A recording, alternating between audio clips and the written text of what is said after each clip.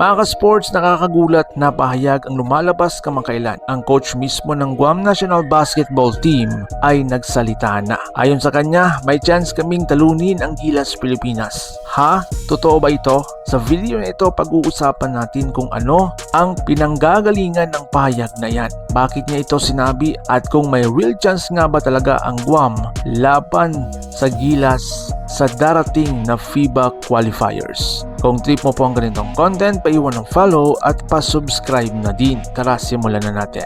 Unang-una, alamin natin ang sitwasyon. Ang Guam, isang maliit na bansa sa Pacific region, ay bahagi ng FIBA Asia Oceania Zone. Matagal na silang kasali sa international basketball pero madalas silang underdog. Samantalang Gilas Pilipinas, kilalang powerhouse sa Southeast Asia, may mga star players kagaya ni Kai Soto, Junmar Pajardo, Calvin Optana, Kevin Kiambao at Justin Brownlee. Kaya nung nagsalita ang coach ng Guam at sinabing may chance kaming manalo, marami ang nag-react online. Yung iba natawa pero yung iba naman ay nagsabing tama lang. Kasi sa basketball, bola yan bilog. Kaya ang tanong ng karamihan, ngayon bakit nga ba nasabi ng coach ng Guam na may tsansa silang talunin ang Gilas? Sa tingin ko mga ka-sports, may dalawang dahilan.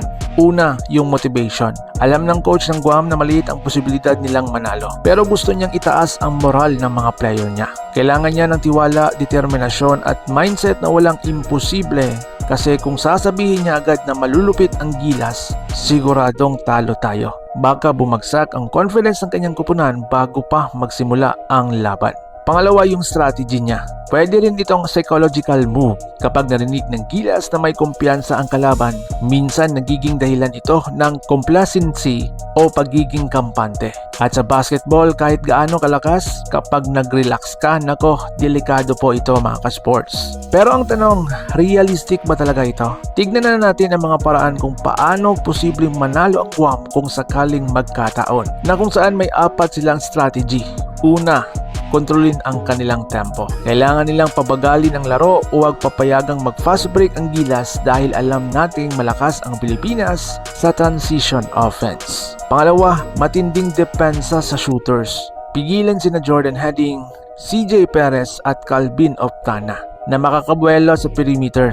Kapag hindi pumasok ang mga tira ng Gilas, mas madali para sa Guam makadikit sa score. Pangatlo, yung energy at hustle. Ang mga maliliit na koponan madalas bumabawi sa effort, diving sa loose ball, offensive rebounds at maagang balik depensa. Kung makuha nila ang mga extra positions, lumalaki po ang tsansa na makagulat. Pang-apat, hot shooting night. Isa o dalawang player lang ang umiinit sa tres. Halimbawa, 6 out of 8 sa labas pwedeng magka-upset. Kaya madalas sinasabi ng mga coach, kailangan lang ng isang mainit na gabi. Pero syempre mga sports, madalang mangyari yon kapag kalaban mo ay disiplinadong team tulad ng ating national team na Gilas. Ngayon tignan naman natin ang kabilang panig, ang ating Gilas Pilipinas. Under kay Coach Tim Cone ay may depth, chemistry at mataas na IQ. May frontcourt na may Kai Soto, AG Idu at Quincy Miller-Brown. Puro may height at international experience.